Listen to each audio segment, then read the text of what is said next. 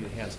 Welcome back to USC. Thank you very much. Happy to be here. You were just here at Athena a couple weeks before spring break, so it's nice to have you come back. How many of you went to Athena? All right. Well, it's a cool event. That's a great event. Yeah. Well, welcome back. Thank you. This course is more about mindset. It's called Entrepreneur Mindset, Taking the Leap, more than sort of the nuts and bolts of building the business. So we generally talk about three things: your background, your businesses, and your mindset. And as I told you, I'm going to involve students more earlier and often. But it's funny that they just turned in an assignment on personal philosophy, sort of articulating that, getting it down to a short amount, what supports it, the values that sort of underpin that. Do you have a personal philosophy that you sort of filter your life through or your business through? Can you give me an example of what some of the students wrote? And I do, but I'm not sure that I've ever been asked that question so in directly, that way. Yeah. Sorry to spring that on you. It's something you can think about. Does anyone want to volunteer their personal philosophy? Someone give me some inspiration. Yeah, Sophia? To live a life full of joy, like all the emotions, like bad and good. All right, other ones? Yeah, okay. Go ahead. Live your life so that when people remember you, they smile. Go ahead. Mine's being different to make a difference. Being different to being, all right, celebrating your uniqueness. Yes? Living in between the moments of life. Living in between the moments, great, yeah. And mine is making life an experience for others, so that's sort of this class and other things. So you don't have to, we'll cover core values and things like that, and I'm sure you're going to share a lot. But No, I mean, I think, one of the reasons why I wrote Sweet Success was really, it was sort of a call to action to people out there, aspiring founders, or really anyone who has dreams that they want to fulfill, to dream big and bet on themselves. So I think that's sort of my mantra in general is, back in the day, I used to think that entrepreneurs had something uniquely to that world of entrepreneurship, right? They were somehow different than the rest of us. And, if someone was successful, it was because they were sort of born that way, right? And so I'll get into my story, but there was a period of time after I lost my job when I was kind of on the couch watching TV, Martha Stewart reruns, Oprah Winfrey reruns, and looking at the world, passing me by and thinking, oh, that's not for me. And what I realized in my journey was, it's for all of us, right? It's all in the dreaming, and then it's all in taking the action. And ultimately what it comes down to is betting on yourself and knowing that you've got yourself. And there's a lot of failure that you have to embrace along the way, but I think the failure is fundamental to the journey, because it's kind of like when you're in those moments of failure, that's when you realize what you're made of, right? That's the grinding that brings the diamonds. And it feels crummy at the time, for sure. Nobody likes to be in that moment of failure, but when I look back on my career journey, certainly the moments when I was, sitting on the couch feeling sorry for myself, that's where the true growth and all the real learnings came from. Once I was shot out of a cannon, sort of lightning in a bottle, sprinkles, opens its doors, and creates a phenomenon, I was just kind of on a ride. There wasn't a lot of self-reflection going on. Well, I mean, that's a great mantra. Dream big and bet on yourself. That's a great philosophy. Let's go backwards and talk about your childhood and upbringing. Where did you grow up? You spent part of your childhood abroad, right? And so where was that, and what impact did living abroad have on your worldview and your childhood? So much. So I was born in Jakarta, Indonesia, and then kind of moved between Southeast Asia and oddly the upper Midwest while I was growing up. Then went to boarding school and college in New England, and then out to California. But much of my childhood was based in Indonesia. And so I missed home, right? I was just kind of a grade school kid, and I missed my friends, and I missed, the TV shows I loved from home, and I missed pop culture. And this was, an analog world. This was pre-internet. This was pre-Amazon. So I felt very disconnected from home. I mean, even long-distance phone calls were expensive, and they would drop. I mean, hard to imagine. But when I had a craving for the treats that I missed from home, there was no way to go to the corner store and get them, right? So I had to learn to bake them myself. And my mom and I spent hours in the kitchen. We would cook from her Joy of Cooking cookbook, brownies, Rice Krispie treats, cupcakes, sheet cakes, like all these classic American desserts. And I kind of developed this fascination for America and American treats, almost as if I was a foreigner, because I was an expat. And so I had this sort of outsider's view and admiration for my own country. But baking was more than just a hobby and more than just a passion. It really became a way for me to feel a sense of belonging and a connection to home. It's beautiful. And do you mind if I ask what your parents did for work? Oh, sure. So my husband Put has you been in your since my car? dad was in the CIA. But he says he's not as exciting as that. He was corporate lawyer for a couple different American multinational corporations. And actually that, again, I never thought of myself as an entrepreneur because my dad, being a corporate lawyer, was incredibly risk averse, right? We were raised to get a great education, go, get a job at a big company and sort of, take that stair step, follow that corporate ladder to success.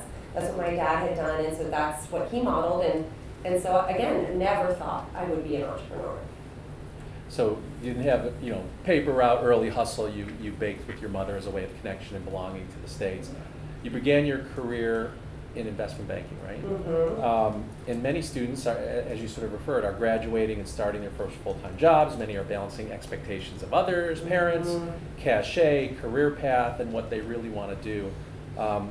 Before someone else, a student has a question about why you left and taking the leap, but what advice do you have for students coming out of school? Do you tell them, everyone's about following your passion, or do you say, go get some skills, go develop some skills and be valuable to somebody? What would you say to someone coming right out of school? I think if you want to learn on someone else's dime, that's a great way to do it first. Unless you have a burning idea that you feel is just so timely that you have to dive in, I'm not sure that there's really a rush to entrepreneurship. I know that they've studied it and they've shown that, entrepreneurs as they get older have a higher likelihood of being successful. Entrepreneurs who are on their second companies or third companies, again, higher likelihood of being successful. So I feel like if you can go learn from the very best within an industry that you're interested in, why wouldn't you do that? Learn how a company works from the inside out. I mean, listen, do as I say, not as I do. I went into the baking world without having had a job in a bakery. My husband and I, neither one of us had any experience at a restaurant or a bakery, but we could have saved ourselves a lot of time had we had a little experience. Kylie Cox, are you out there? You have a question on career path, I think? Yes, I do. So obviously before starting Sprinkles, you worked at investment banking, which is very different than your current position. So what was your main motivating factor that caused you to follow your passion? And did you have a backup plan if Sprinkles turned out to not be successful? So there's another book that just came out by a friend of mine, Matt Higgins, called Burn the Boats, right? And it's basically about following your dreams and making sure there is no plan B, because that's when you really go for it. So to answer your question, why I left investment banking, and I always say I went from banking to baking because it's such a fun catchphrase, but there actually was a little step in between there. So in college, I went to a liberal arts college in New England, and it was all about, learning to think, and it wasn't like I came out of that college knowing exactly what I wanted to do, right? And I was this typical well-rounded kid, which I found very frustrating because I have a lot of friends who'd always known exactly what it was that they wanted to do. And here I was just thinking, well, I could join the Peace Corps, I could go to investment banking, or I don't know. And so I just kind of chose the pragmatic path, right? I figured investment banking, I'd be able to pay the rent, I'd get a good just sort of overall view of what business was about. It was a prestigious job, why not? So it was a 2-year financial analyst program. They grind you out in those programs, man. I don't know if anyone is familiar with corporate finance and that financial analyst program, but it's pretty gnarly. So definitely learned to work hard. And then at the time, it was the height of the dot-com boom. So it was those early internet days, like all those companies we rely on now, that was when they were being born. So Amazon and eBay, all of these companies were coming into the world. And all of these internet companies popping up overnight. So a lot of people went to work for these internet companies. They wanted to go try to make their millions with stock options. And so I did the same. I went to work for an internet company. And then, of course, the dot-com bust happened. And so many of these companies went belly up. So life threw me kind of a 1-2 punch. I'd always kind of just been like, I'm going to put one foot in front of the other. I'm going to get the grade, then I'm going to graduate, then I'm going to get the job, and then I'm going to get the other job. The first punch was the dot-com bust. So all of these companies going belly up, including my own. So I was without a job for the first time in my life, no prospects, like had no idea what to do. And the second punch that was thrown my way was 9/11. So a few months later, 9/11 happened, and it was obviously an incredibly tragic situation, and it led to some self-reflection on my part for really the first time that I'd ever, done it. I just had always been on this path, and I had a personal epiphany during that time that I wanted to do something that brought me joy. I was tired of crunching numbers. I was tired of being part of a hamster wheel. And even though I had no idea how I was going to make it work, I was going to give it a go. So I ended up re-embracing my love for baking and going to pastry school instead of business school, which raised a lot of eyebrows in my family and amongst my friends. I think they all thought I lost it. So you worked a couple years in finance? A couple years in finance, a couple years in technology, and then a few months floating and watching the Martha Stewart show, and then pastry school. And so Kylie's questions about backup plan, I think it is, I did see that comment. Yeah. The burn the boats, burn the bridges. If you someone also said you can't get anywhere with one foot in the boat, one foot on the dock. Yeah. When you're an entrepreneur and you believe in it with all your heart, you don't even consider the failure part of it because you're just so focused on the execution. And things that have to happen in life, they generally do. And the odds are not great, all that, but like when they have to happen in your mind, in your life, you will make them happen. You'll find a way and you'll figure it out. So I love the idea of there comes times where you may do something part-time until you get traction, and then you go full-time to prove the product, to prove the concept.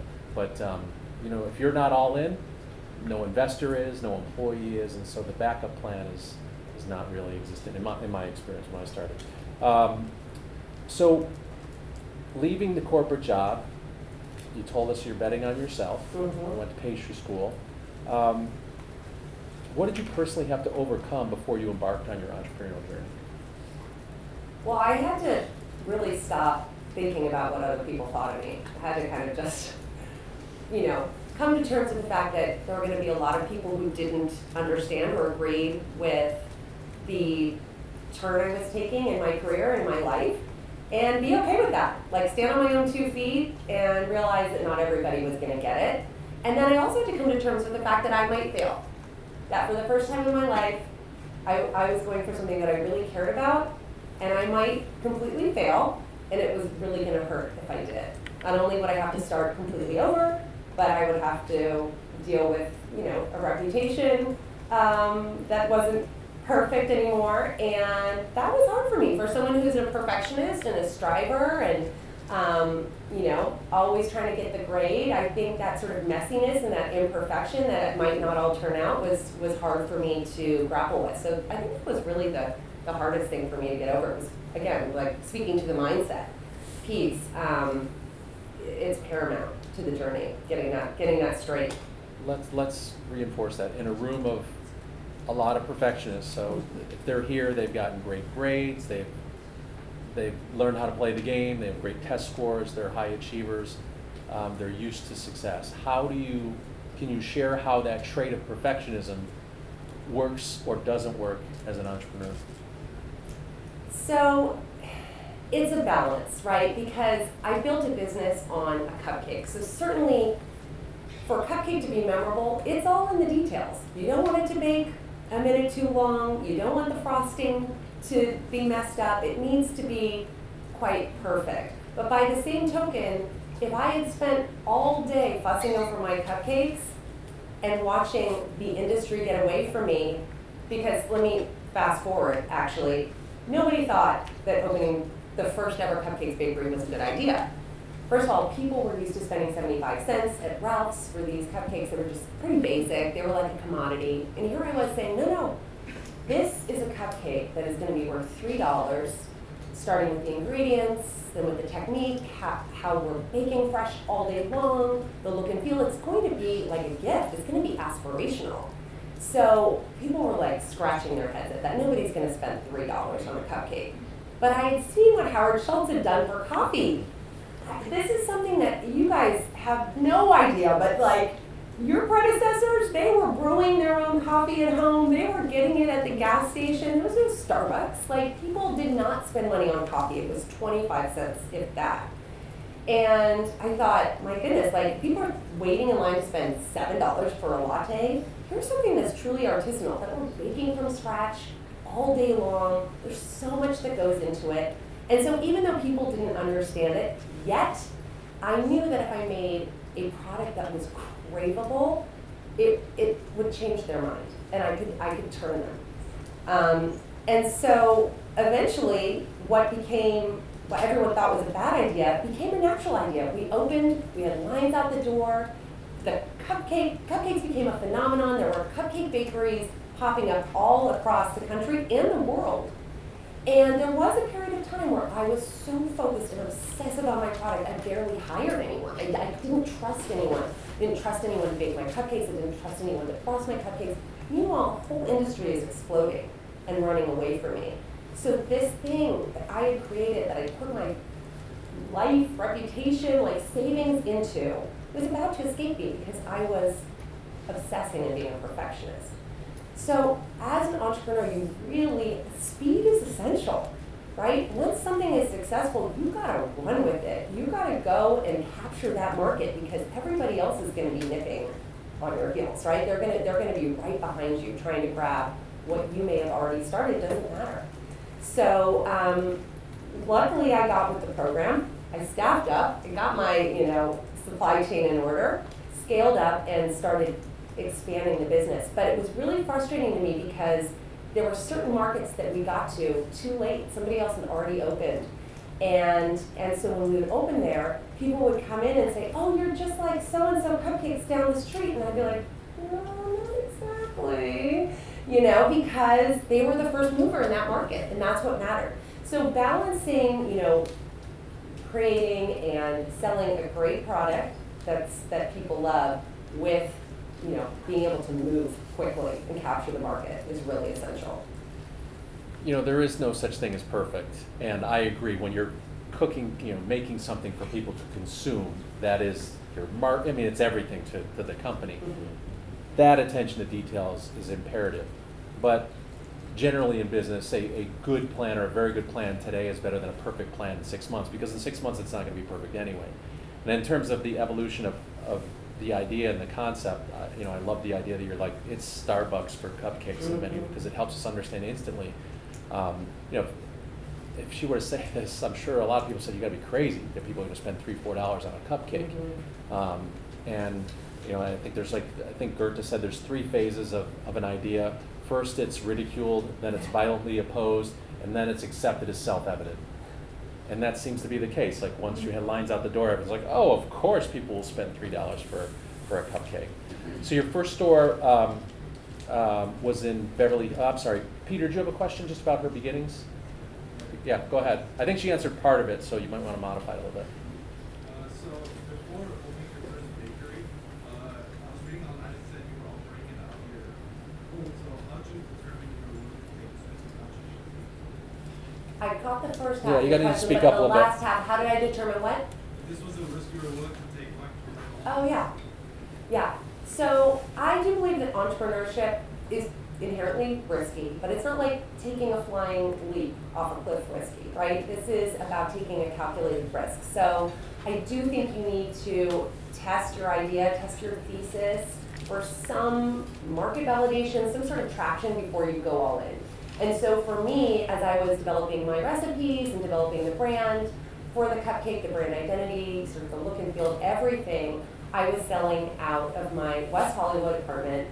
And at first it was just my friends who felt sorry for me. They were ordering cupcakes for their parties.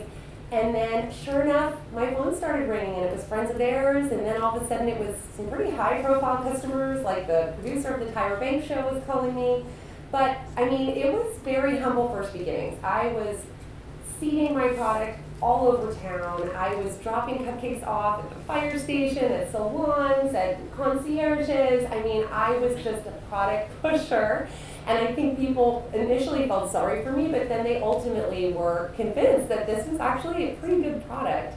And so word of mouth started to build, and my phone started to ring more and more. And all of a sudden I was baking Tyra Banks's cupcakes for her 30th birthday. And so in spite of the fact that everybody said, oh, no one in LA eats carbs, like it's also the height of the South Beach diet. It was like the height of the low carb craze. Everybody was eating like burgers with a lettuce wrap bun and all of that. So everything that I was trying to do was really flew in the face of what everyone thought would be successful. But I had that unique insight because I thought, first of all, I'm looking around this town, there's a lot of donut shops and there's a lot of hamburger joints. So I think somebody in this town is eating some carbs. But also I had that traction from people ordering from my little West Hollywood kitchen. And I just had also a real gut sense that this was an idea that could potentially explode. And I also saw all of the gift giving that was going on amongst my friends who were in the entertainment industry. Like there's a real culture of gift giving, I'm sure you know, in Hollywood. And I thought if I can even just tap into that a little bit, I think I'll be okay. So how did you fund Sprinkles, and how is that different than your funding Pizzana? Mm-hmm. So Sprinkles was entirely bootstrapped. I mean, Congratulations. well, thank you. And in hindsight, it's a great thing. At the time, I think it was just out of necessity because everybody was telling us we were crazy, so we weren't going to find any funding anywhere. But my husband and I both had a little bit of time in our careers. We'd socked away a little bit of money. And listen, all of our friends were continuing on their corporate paths. They were starting to buy nice cars and go on nice trips. And we were like, okay, we've got this little bit of money socked away. We're renting our place in West Hollywood, and we're just gonna make it work, right? And so, we weren't going out to nice dinners. We were Trader Joe's salads. We were, I remember, and I tell this story in the book, I remember going to the dentist and having a cavity, and he wanted to fill it with porcelain. And I was like, no. Silver's gonna do just fine. And he was like, I'm a dentist in LA. We don't work with silver. And I was like, no, it's gonna be okay. We're gonna do silver. Every penny was getting pitched because we bootstrapped. And it's scary, that little bit of money was just kind of dwindling month by month, and it took us longer to find a location than we thought it would. So at one point we were like, are we gonna be able to pull this off? Are we gonna have to ask our parents for a little bit of money? What's gonna happen here? So we bootstrapped. We were very fortunate once we opened to start cash flowing really quickly. So we were able to then grow the company entirely through cash flow. But again, I needed a new car, but I wasn't getting a new car, even though it completely died on Santa Monica Boulevard in front of a coffee bean, and it was super embarrassing. I was getting a new mixer instead. So every little bit of money we did get was getting funneled right back into the business. With Pizzana, our new pizza concept, I don't know if anybody's been, we just opened in Silver Lake, which is our 5th location. But we've had some success with Sprinkles, which we sold to private equity in 2012, and basically funded most of it ourselves. But we did realize at that point that there was some value in bringing some other people on board. So bringing some friends and family on board, bringing some celebrities on board, like Jay-Z is an investor, Jen Carter is an investor. So these are people that can really help amplify, spread the word, be brand ambassadors, and then scaling a restaurant. Not been quite as profitable as scaling cupcakes, but so we needed a little bit more cash, and we went to a family office to kind of help us grow our footprint, because building all these brick and mortar retail locations, a little different than technology, right? It's very capital intensive. So it has been a little bit of a different road with Pizzana. Yeah, it's more a complex business Mhm. than cupcakes solely. Mhm. What mistake, well, how important, we talk about success and failure and redefining success and failure. What is the relationship of failure to success, and what should students expect in terms of their ability to handle setbacks and challenges as an entrepreneur? Failure is fundamental to success. And as a society, I think we do a terrible job because we all want to focus on the, pot of gold at the end of the rainbow. It's all about the success story. And we never want to focus on the sort of humble beginning steps, the failures that success was built on. I think about, the founder of Canva, who got 100 no's from VCs. 100. Think about how hard it is to hear no once, much less 100 times before she got her first funding. And now it's like, give or take, a $30 billion company, right? And so I think, and I spoke to this a little bit earlier, like failure is where the growth is where the learnings are. And I'm so focused on celebrating failure because, again, I think we're focused on the wrong thing. Of course, we want to get to the success, but the learning is in the failure. And I bring it home to my kids. Like at dinner every night, I ask them, what did they fail at today?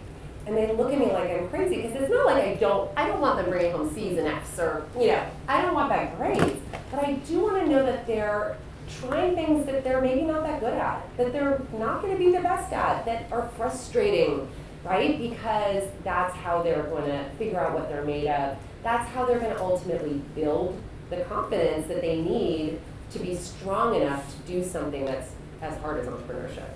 That's the second time we've heard that. You're friends with Sarah Blakely, right? Yes, So that's yes. her father's failure dinners. What did you fail at? Yes. And just removing that, for her especially, remove that sense of embarrassment.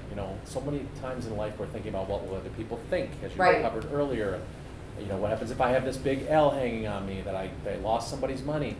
In venture, you're more likely to get funded with a loss than a beginner, probably. Like Silicon Valley gives people money over and over again, typically. But it's not that that's the goal. But what do you think of as success? Success, is it the money and the rewards, or is it the life that you get to live by being an entrepreneur and pursuing this on a daily basis? Well, I used to think it was the money and the rewards until I sold sprinkles, and then I was like, oh my God, what now? My identity was so completely caught up in my business because I loved it, right? And as much as all the problems that came at me every day just drove me crazy, I realized it's also what I thrived on, right? It's in that striving. It's in that problem solving. It's in that working with people you love. Our company culture, like we loved our team. And still to this day, some of the earliest Sprinkles members now work with us at Pizzana. But after we sold Sprinkles, I was quite lost, I have to say, and I realized that was one of the reasons why my husband and I both jumped right back into the food business with Pizzana. We really missed it. So I think, I did come from this history of investment banking where that's the dream in Silicon Valley, right? You build it, you scale it, and you sell it. And nobody talks about anything after that. So you think, oh, that's it. Like, I've made it once I've done that. I'm going to be so happy and so fulfilled. And then you think, no, my identity was that I was the cupcake lady, or, I loved going to work every day and being with my team and solving those problems. So I think that's why you see a lot of serial entrepreneurs. Tanishni, she just answered that question. Sorry. We'll get you another one in a second. Yeah, you addressed my question. I read your interview with Maria Sharper in the Hunter article, and you said that you didn't realize how over-identified you were with Sprinkle Cupcakes until you stepped away operationally, and that you realized you could be so much more and identify with so much more personally. I wanted to ask, for those pursuing entrepreneurship or seeking to develop their own business, what advice would you give to kind of not identify yourself with the successes or failures? to not base your identity on the result of something, or, you know, we talk about that in sports and music. If you put your self-worth as a person on the results of something that you don't control, Yeah. you're in for trouble. And when you sell, what do you wake up the next morning and feel? So what advice do you have for people, to whether they're an entrepreneur or whether they're an athlete or a musician or a great student, how do you base your identity? Really cultivating and pinpointing that deeper purpose. What is it truly that, you know, is your sort of grounding force, your reason for being, your reason for getting up every day? And I know early on, some of my friends who are actors said, don't read the reviews, like when I would go to the Yelp site or whatever, and would be so devastated if somebody didn't like their cupcake. They're like, don't read the reviews. And I realized now they were trying to share that sort of idea with me, that you can't be so identified that your day gets defined by whether somebody liked your product or your movie or didn't, right? You have to be sort of fulfilled by showing up every day, building a product that you care about. For me, it was creating a place of joy, and where people could come together and feel unified in a world that was often divided, and, you know, just sort of elevate those daily moments with a simple pleasure. And so for me, it was sort of looking around and seeing customers I was making happy, or, you know, people coming in and feeling better after a bad day, being part of those really special, intimate moments in their lives, like baby showers and weddings and that sort of thing, versus just, you know, are we gonna open that next door or sell the company? I think it comes from having that deeper purpose. Excellent. We're going to go to your questions yet, so get them ready to go. We'll talk a little about mindset, but they're going to ask you questions about a range of things, so it'll be all over. There's a great story on your Instagram page, and it was a lesson that I thought was sort of relevant to the last question. What does it mean when your husband says, don't cry over things that don't cry back? Oh, I love that you saw that. Oh my gosh, so my husband, when he was in college, was visiting his family in Oklahoma over Christmas, and they were all at church on Christmas Eve, and they came home to their house like smoldering. It had burned to the ground, and it was so devastating, and they lost everything, like family photos, heirlooms, like all those, you know, beautiful handmade art projects that, you know, your kids make and you save in boxes. Everything was gone. And the thing that was so important, like the takeaway was, as devastating as it was and how horrible the timing was, like everybody was safe and they had each other. And I think, you know, unfortunately, traumatic events, the beauty in them, the silver lining is that they offer a lot of perspective. And so, you know, the life of an entrepreneur, a lot of highs and lows. And so my husband always says, like, don't cry over things that don't cry back. And basically meaning that it's really about your relationships, the people in your life, the people that you care about, that are ultimately what's important. Great lessons. Let's have questions from you guys. Where's the mic? Do you want to call on people? Oh, no, I feel like I'll be picking favorites. Who has questions for Candace?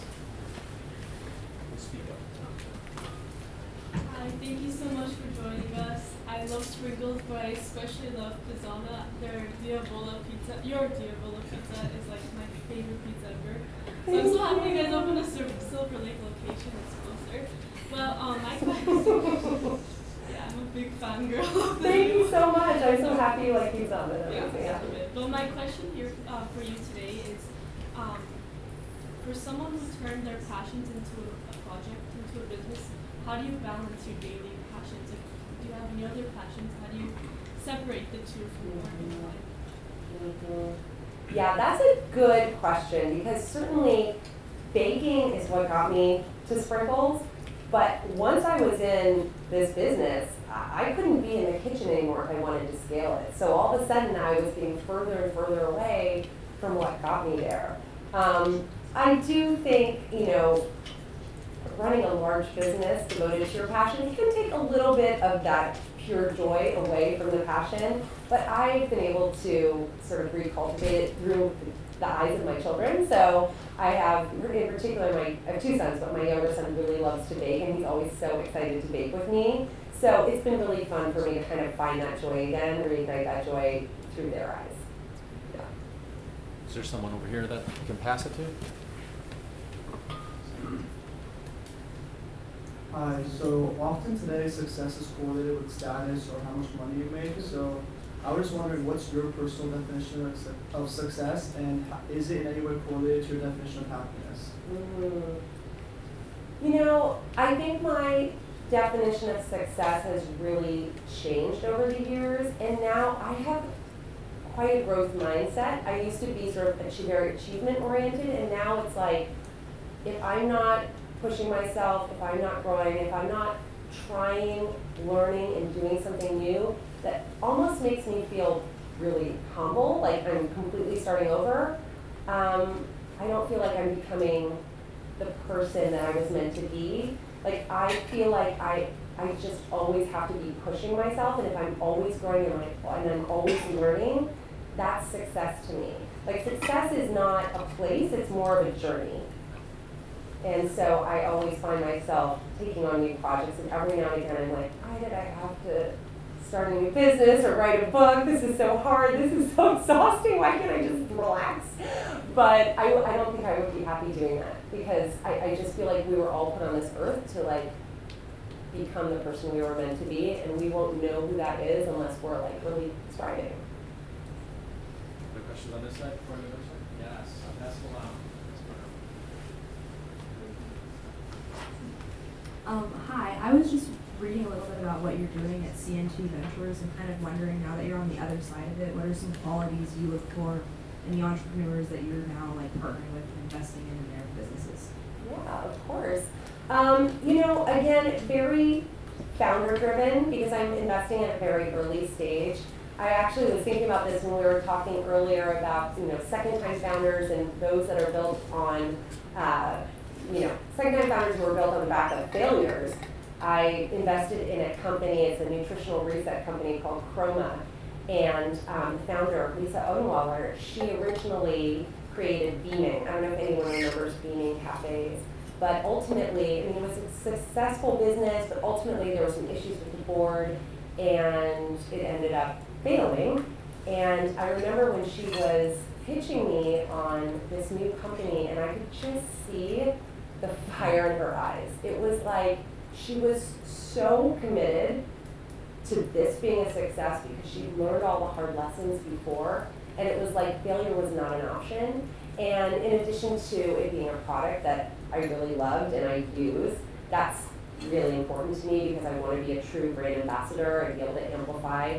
And I can't do that authentically if I don't love the product. But there was also just something in her eyes that was like, this woman was unstoppable. So I think it's a mix of product and founder. I think it's important for the founder to have a passion, have some industry knowledge, have a great idea, obviously, but also have some self-awareness. Because oftentimes when you're building a business, maybe it's not, your thesis isn't exactly spot on. Maybe you're gonna have to pivot and iterate. Maybe I may have to offer some suggestions, and I wanna know that, you know, you're not too prideful or set on your idea, that you're not open to iterating a little bit. Hi, you mentioned that baking was more than just like a hobby and a passion, and that it was your sense of belonging. So I was just curious, as your career moves in these different paths, such as like directing television shows or being the author of your book, have you noticed like a personal boundary of how far you're willing to stray from baking, or have you accepted that like whatever the next step in your career is what it is? Yeah, I think, you know, life is long. It's short, but it's also long. And I spoke earlier to the fact that I was always frustrated that I didn't have my thing. But ultimately, I think when you have a lot of interest, it actually means you're a creative person. And so you're constantly having new passions and new ideas and wanting to sort of try new things. And as much as I loved baking, it wasn't everything for me, right? I had a lot of other interests.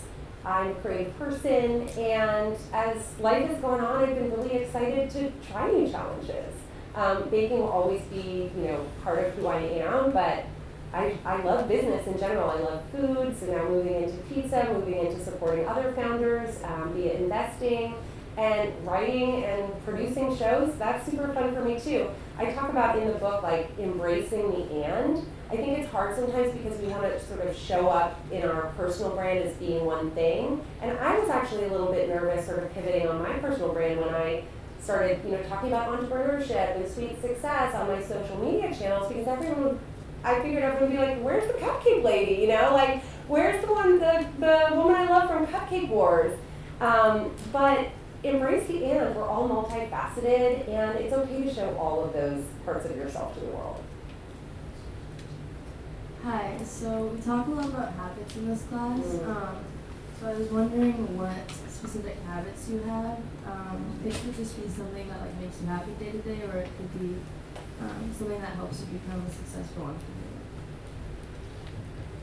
entrepreneur. Habits. Oh man, I have. By the way, I love Atomic Habits. That's such a good book, and I'm a little. Well, I am. I'm ADHD, so that is something that's very challenging for me. I like to take on a lot, and sometimes the habits, or I aspire for habits, but I don't always get there. But I think for me, what kind of grounds me and what keeps me moving forward is having a great co-founder in my husband. He and I are really each other's emotional support at home and at work, and we're able to really connect. We have different skill sets, but we have a really very similar work ethic. We both work hard. We're both very passionate at what we do. We like modeling that for our kids. So I'd say my habit really is in just checking in with him and having regular, very real talks and meetings with him. Questions on this side? Thank you so much for coming and talking to us. I love your cupcakes. They're just amazing. I actually am a huge fan of Sprinkles ice cream, which is, I wanted to ask you, what made Sprinkles kind of pivot into that sector? And then also I'm wondering if you're going to bring it back. I live in Newport, so in 8th grade, every single Friday, we would always get Sprinkles ice cream, and it was such a staple, and yeah. Sprinkles ice cream, R.I.P. I mean, literally, I can wipe away tears. Truly the best. If you guys didn't have it, I'm sorry. If you did have it, I'm sorry, because it's no longer there, but it was truly the best ice cream still to this day I've ever had. So I talk about this in the book too, and just speaking to my sort of, I call it entrepreneurial ADHD and being a creative person, there's something that is a little bit drudgery about the operations of a business for me and scaling it. I really like that 0 to 1, that creation part, the going to market, the marketing, and then all of a sudden it became about okay, we got to copy and paste this Sprinkles model across the country. And so my husband and I were we got a little distracted, we wanted to come up with something new. And so we took our eye off the ball. Granted, it was fun, it was rewarding, but we came up with this new business, Sprinkles Ice Cream. We spent a lot of time on it. We could have probably, opened several more Sprinkles cupcakes with the amount of time it took us to open Sprinkles Ice Cream. We loved it, people loved it, but the business model just never matched up to cupcakes. I mean, people would come in, they still do, and within 5 minutes they'd buy 2 or 3 dozen cupcakes. Think about ice cream, kind of press your nose against the glass, you look at all the flavors, you have a few samples, and you leave with a scoop. It's it just didn't make any sense. And ultimately, the decision to shutter Sprinkles Ice Cream was made after we stepped away operationally. So we were really bummed. We understood, but we were really bummed about it as well. But I still have all the recipes, so I might just have to bring it back sometime. Questions on this side? Hi, thank you for coming today.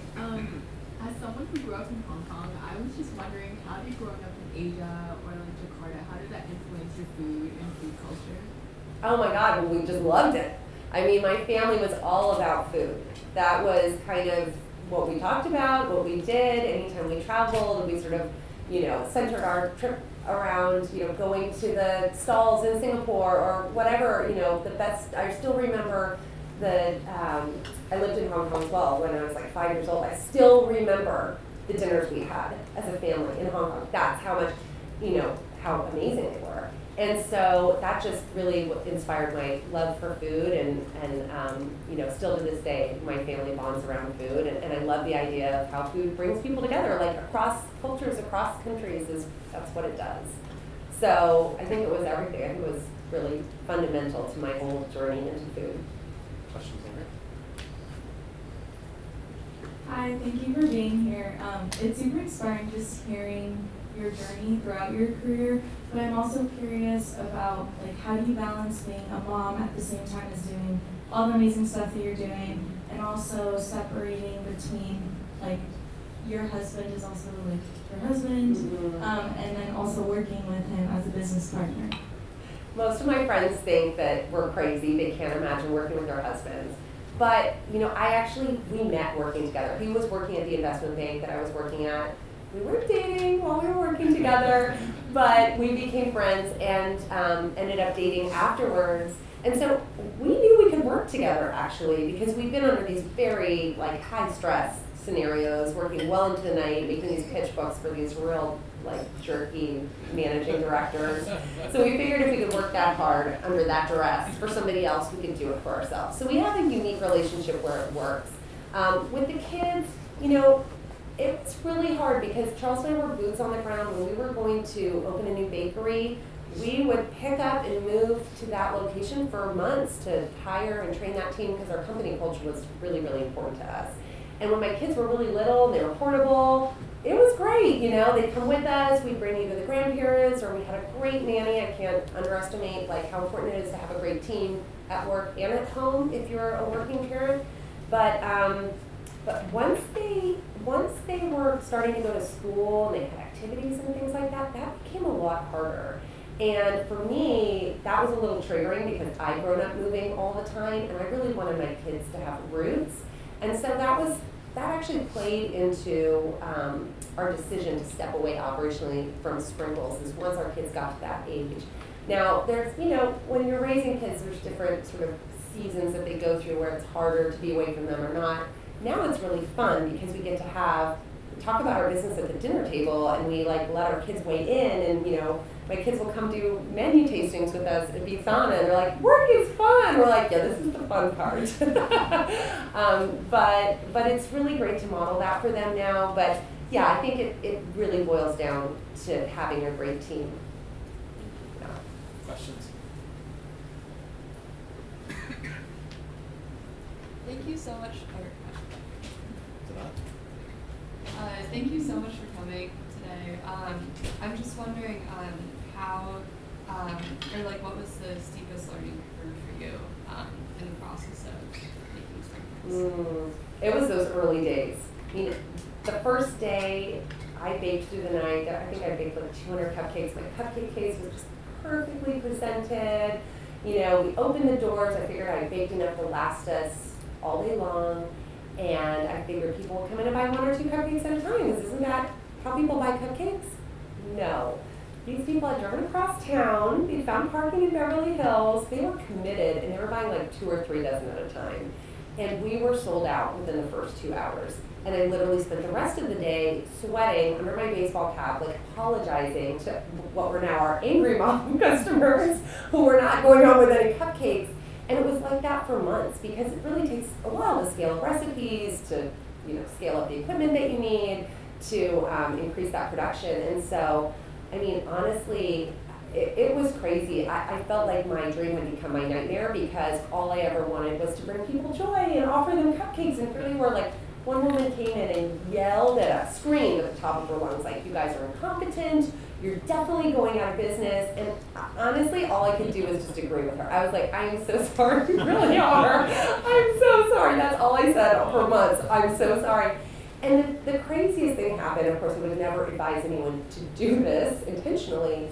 But the fact that people showed up for this crazy off-the-wall concept to buy expensive, upscale cupcakes, and then be told that we were sold out. We had these lines all day long. it drove a sense of FOMO. Like the scarcity actually drove more demand. And so even though I was like, I couldn't believe it, like I was so, I just so nervous, I apologized, I was sweating, I would like hide in the back sometimes because I hate delivering bad news. It was actually good for our business. And so ultimately we of course wanted to scale and deliver the product that we promised that we were going to deliver. But it wasn't a bad thing. It was almost like sneaker drop times.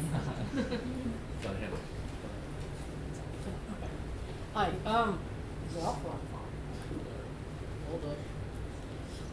thank you so much for coming, and Pizzana, this country needs more Neapolitan pizza, in my humble opinion. I was gonna ask, before opening your first Sprinkles location, in your planning stages, if there's something you could have, now if you were to start over, is there something you would have changed in the way you went about doing it? Yeah, so there's one question that my husband and I still, every now and again, we bat around, like, did we make the right choice on this one? And it was franchising. We ultimately decided not to franchise. Again, as I spoke to earlier, it's all about the product. I didn't feel comfortable, I barely felt comfortable like handing over my product to our baker, much less to somebody else who's gonna take our concept home. But as I said, the market just ran away. So within months, there were cupcake bakeries popping up everywhere, and they all looked a lot like ours. I remember there were people waiting in line in the early days of Sprinkles with these huge cameras, right? Like DLSR cameras or whatever, taking deep like shots of every detail in our bakery to go take home and do, you know, just open a bakery just like ours. There wasn't much that we could protect. Actually, the only thing that we were able to trademark, because there's not much in food that's truly defensible, was our modern dot. You know, that decoration, you see it on the front of the cover there on our red velvet cupcake.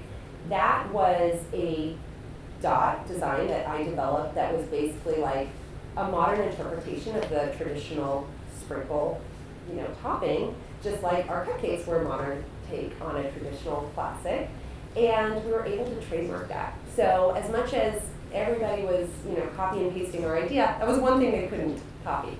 But when people asked us for franchises and we said no, what choice were they left with but to go home and open a bakery all their own? And so every now and again we think, you know, it was slow to scale one by one across the country, and every now and again we think, shouldn't we have franchised and really capitalized on that phenomenon that just kind of went crazy? So that's one we'll always wonder about. That's a tough one. Yeah. That is a tough one. Yeah. You give up a lot of control, even though you have approvals and Exactly. royalties, but it is speed. Hi, thank you so much for coming. I was so surprised to hear that you're born in Jakarta, Indonesia.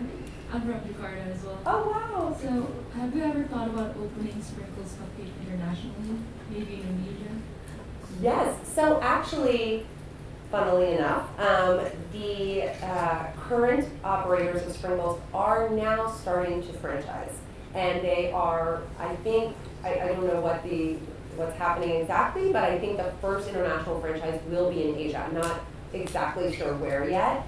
But I've always thought that Sprinkles would be great in Asia, and you know, it just was a matter of time and resources. There was so much we wanted to do, but you know, you have to prioritize, and so we decided to try to own the U.S. first. But I would love to see Sprinkles in Asia, and I hope it gets there soon. Do you have a non-compete worldwide? What was that? Do you have a non-compete worldwide? Good question. Good question. I'm not. I'll let them do it. I'll let them do it. Hi, thank you so much for coming today.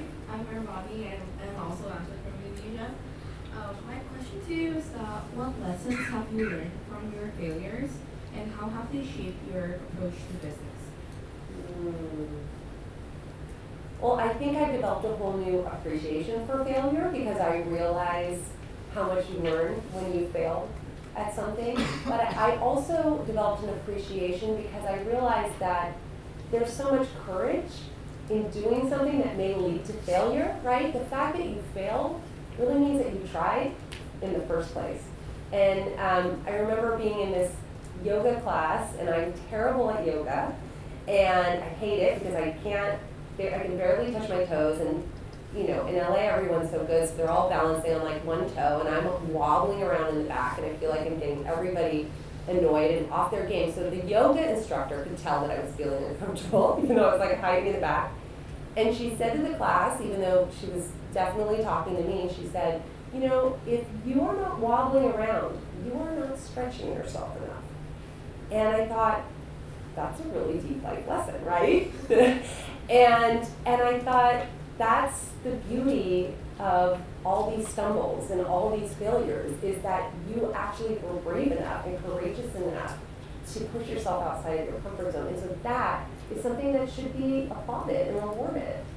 So be proud of yourself if you fail, because it means you put yourself in that position to begin with. And it's what you do with the failure after. So, what'd you say? Embrace the wobbles? Yes, embrace the wobbles. I love that. And wherever you see a business, no matter what it is, someone has made a courageous decision. It takes courage to do this. So, do you have a question?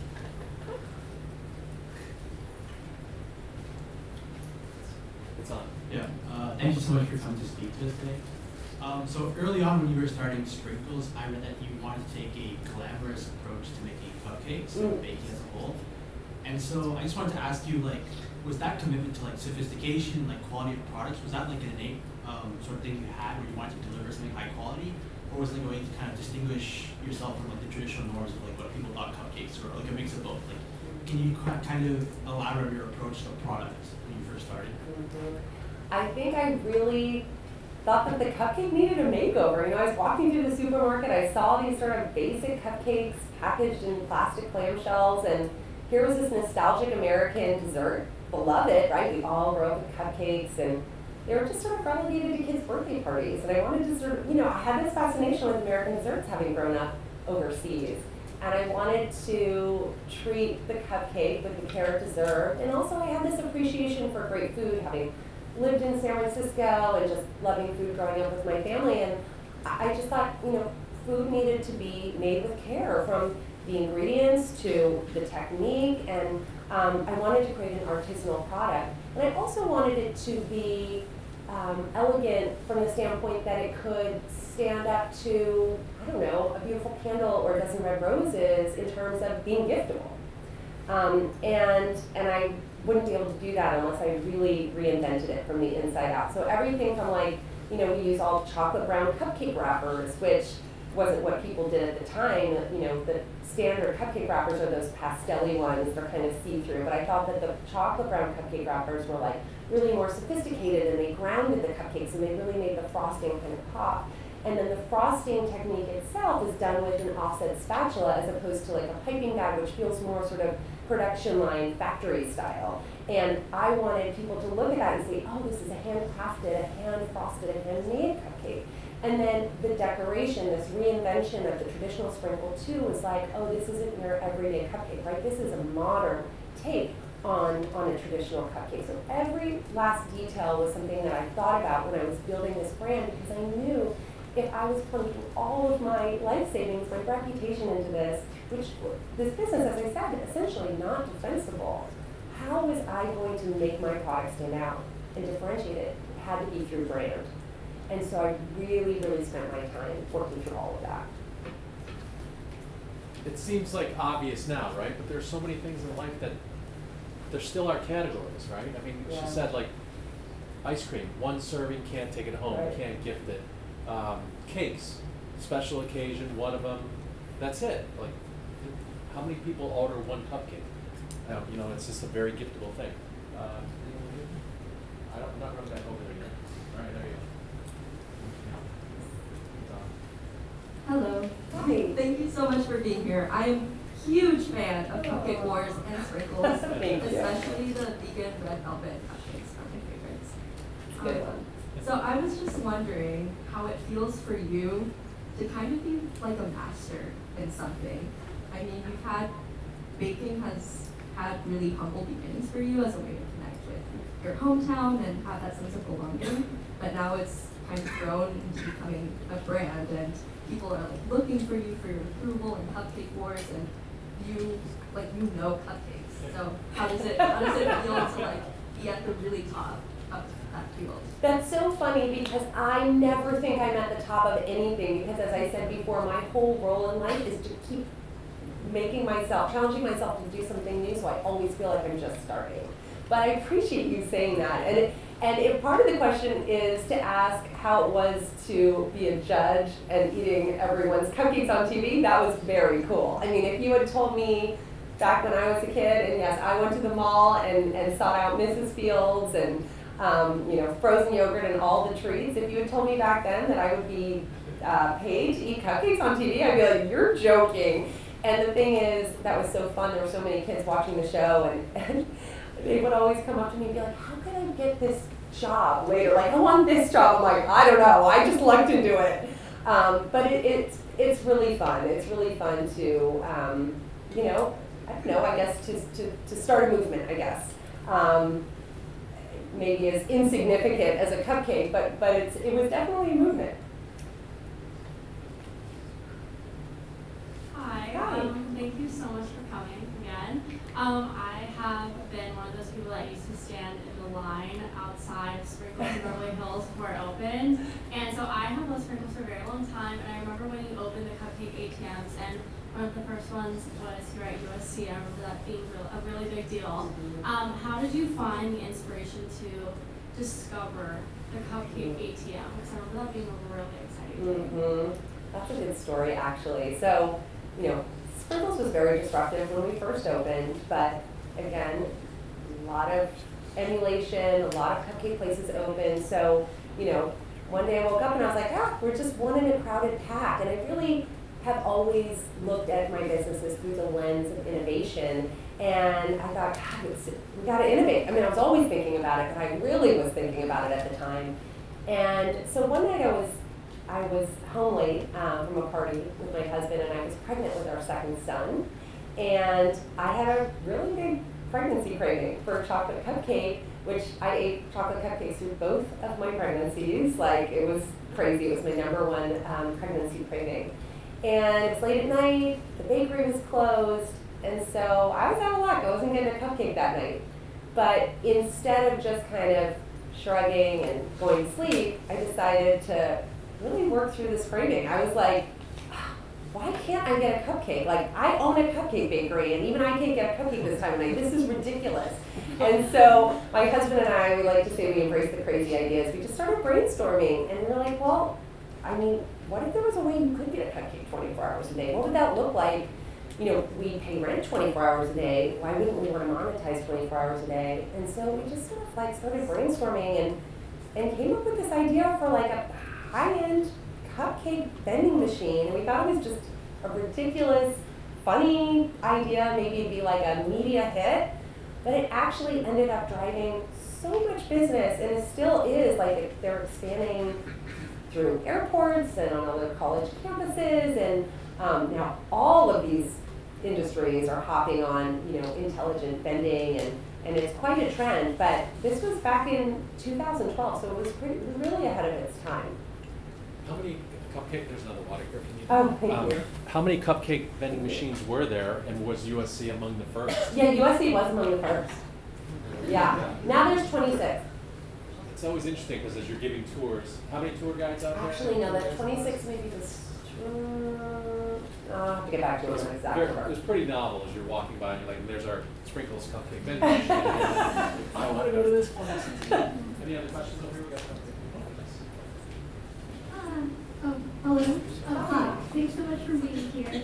I just had a question about how you mentioned that you sold cupcakes a few years ago. I was wondering how you came to terms with going down that route and how your role within the company has changed. Once we sold to private equity? Yes. Okay. So part of that reason was personal reasons. My kids had gotten older, and I really wanted to be in one place and not moving around to open stores. But the other was kind of what I was talking about earlier, where I just felt like I wanted to do something creative again and build something new, and that was the impetus for us starting Sprinkles Ice Cream. It's like we just were kind of getting antsy. My husband and I are more startup people and less operators in terms of just, scaling a business. We had scaled across the country to about 11, I think it was 11 stores when we sold, and a cupcake ATM. And so we felt like we had put our imprint on this business, and we really wanted to pass the torch to someone who had more operational expertise to grow it beyond what we had done, and we thought that was the right move. So we went through a process, we met with a lot of private equity firms, and we chose one that had expertise in the retail and restaurant industry, brought on a new CEO, and stepped away. Did you have, so when you stepped away, you didn't stay on as a contract, as a key employee, you truly walked No, away? my husband and I have seats on the board. But to be honest with you, it's really hard because my business was so personal to me. It's like my first child, really. And I feel like it was an extension of myself. So it's been hard to watch somebody else take the reins. So I actually don't go to the board meetings because it's a little bit hard for me, but my husband goes to the board meetings. I still, I love Sprinkles, I wish it the best, but it's really hard because it's somebody else's baby now. It's important to know who you are and what you enjoy. Mm-hmm. Like I've done things like every 4 or 5 years I like to change, and I notice that, and sometimes I get mad at myself, like why won't I stick with something? And it's because I do like the blank sheet of paper, creating card from 0 to 1. I don't love employees coming to you and saying, I want a raise, I hurt my back, all those other things. That you start a business to sort of change the world and inspire people, and there's a lot of things about running a business that are not inspiring. And so to know that you like the creative part is important. Yeah, I think that's important, and that's one of the things I was speaking to earlier about what I look for in founders is that self-awareness, because I think everybody's better at some things than others, and I think it's important to know what those skill sets are. Great to be generally good at everything, but to be self-aware enough to know I'm not as good at this, so I'm going to hire in this department, and I'm going to really lean into what I do well. I think it's not a weakness to to say I'm not an operator, I'm a creative startup person. Like that actually is something that's really valuable to know about yourself. Can I take that? Oh, thank you. It's not the most beautiful thing. A couple more questions. Do you want to ask one? All right. There goes that. Hey, Adam. Thanks. All right, thank you so much for coming. Your success in the food and beverage industry is really inspiring to me. Thank you.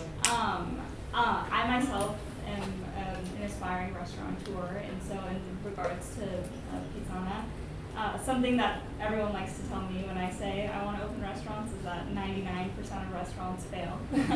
So how have you beat those odds and been successful enough to scale to open now 5 restaurants, and what's most important to you in your restaurants? Is it hospitality? Is it the concept? Is it the marketing? And how do you balance all of them together with the volatility of the hospitality industry? Well, it's interesting because with Sprinkles, we were a first mover. So we looked around, there were no other cupcake holding bakeries. There were certainly bakeries and sweet shops, but we were like really making a bet on whether people would be into this or not.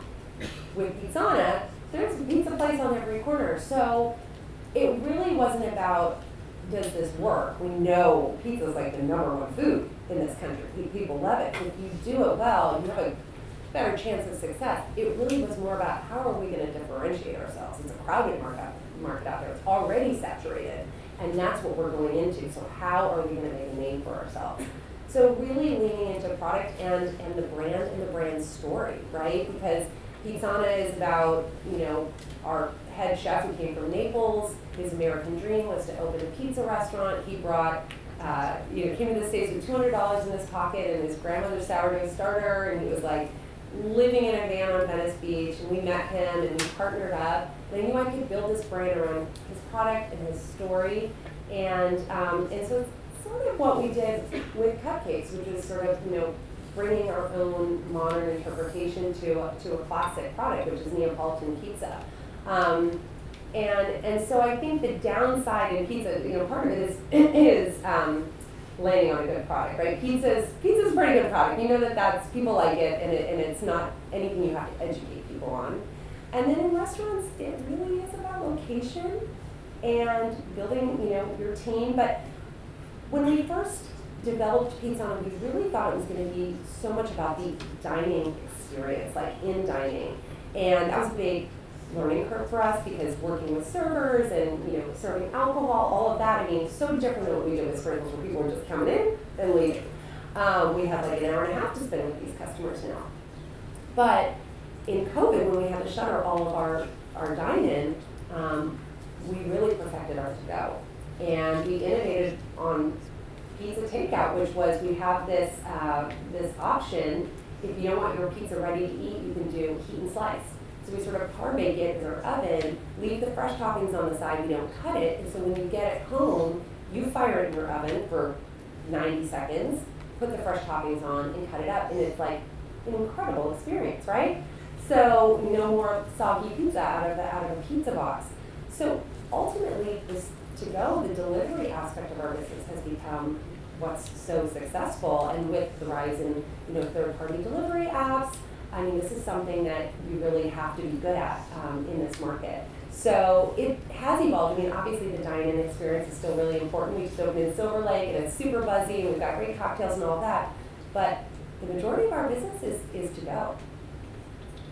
Again, one of those in plain sight things. How many of you are from a place that has way better pizza than Los Angeles and you're always scratching your head like, why isn't there good pizza in LA? Anybody? New York? I'm from Rochester. My first job was in a pizzeria. Every other store is a pizzeria. There are chains regionally. It's great pizza. And you come out here, and it's really not good. And then they just have it. And then they say it's the water. It's all these other reasons. And then a wave of pizza came through with, you know, Domino's and Pizza Hut came through, and they certainly commoditized it, but it's still not good pizza. There are very few good pizzas here. They're gonna. I mean, if they get this down. I mean, Sprinkles would be small compared to what this could be. Has anyone had Chris Bianco's pizza downtown? Bianco's Pizzeria? Yeah. I mean, it's one of the best pizzas in the world. Comes out of Phoenix in New York. If you can build a system to deliver that type of pizza experience, oh my God. And the par baked is also a great one. Any other questions? A couple more? All right, now. This is the most lively question and answer session. I love it. I'm so into it. You guys are awesome. Thank you so much for coming today. I just was curious about like how to build like company culture and just any tips or real focus. Company culture is so important. I realized that in the absence of company culture, which is what I was in my investment banking days, but it's really about how you make your employees feel, right? It's how people feel when they come to work. Do they feel valued? Do they feel seen? And it comes from the top, right? It has to come from the top. And it comes in establishing your values. Like, what are your core company values? What is your purpose? What is your mission? Making sure everyone is on board and knows what they are, and then hiring with that in mind. So making sure that whoever you're hiring is completely aligned in that way. Our company culture was great, and it was really a differentiator to our business. But every now and again, if we couldn't promote from within, which was always preferable, because we knew they were bought into our culture, and also we loved offering, opportunities for advancement, we'd think, oh, we need someone with experience, right? And we would go and just, we'd be sort of seduced by these great sort of companies that we really respected in the hospitality industry.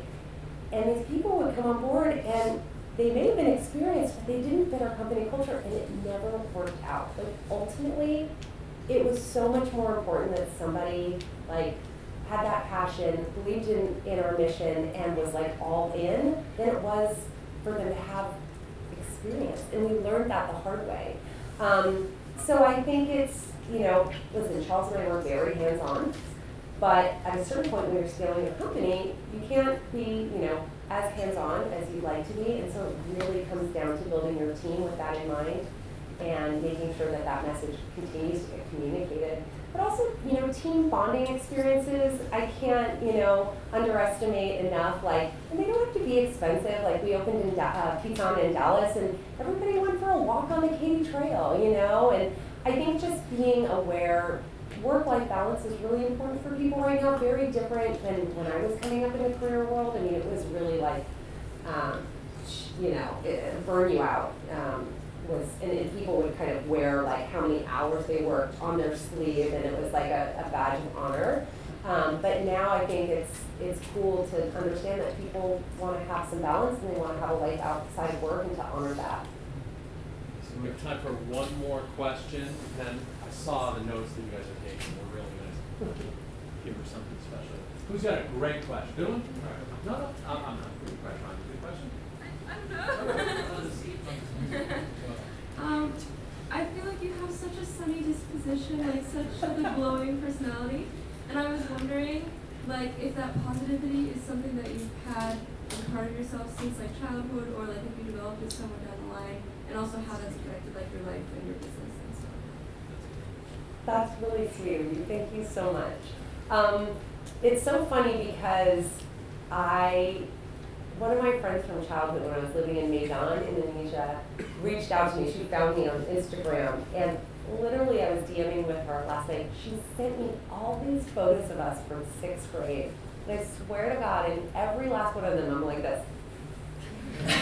I was a really happy kid. And I think, it's funny because when people meet me,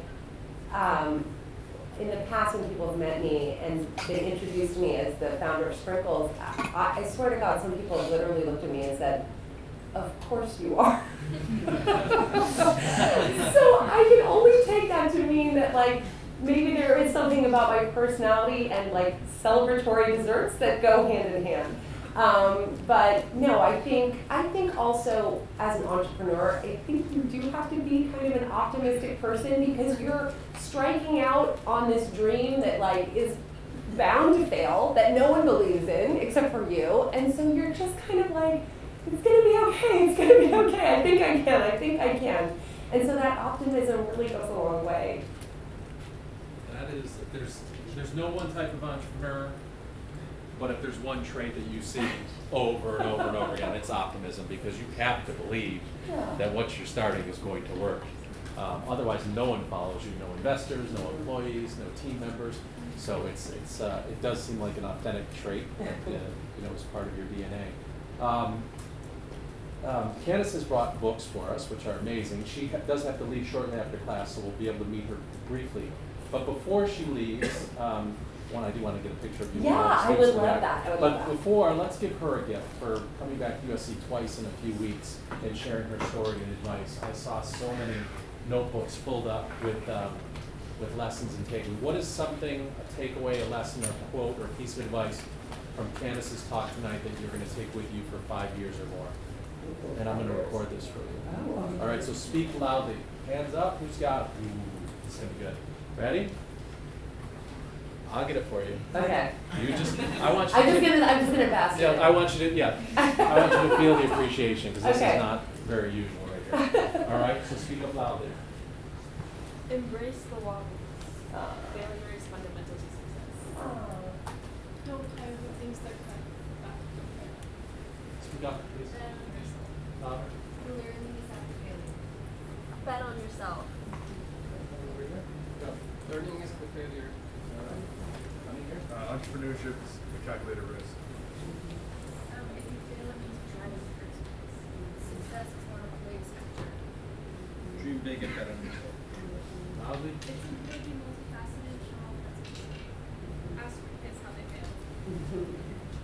Don't cry over things that don't cry back. Embrace the end and be multifaceted. Say it again. Embrace the end and be multifaceted. Okay, coming around. Go. As an entrepreneur, speed is essential, so if you have something, run with it. You can't get anywhere with one foot on the boat and one foot on the dock.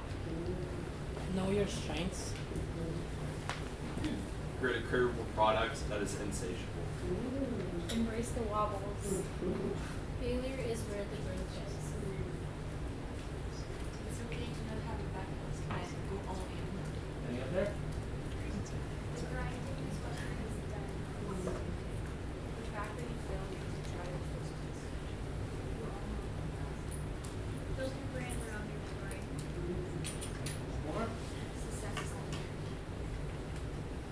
Down here. Last ones. Entrepreneurs have to be optimistic. Let's thank Candace Nelson.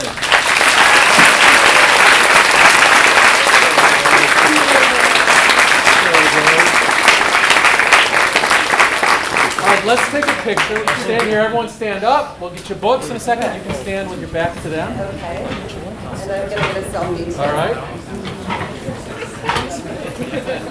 All right. Feel free to, it's a Trojan moment here. Oh, now you want to be next to me. Oh, look at that.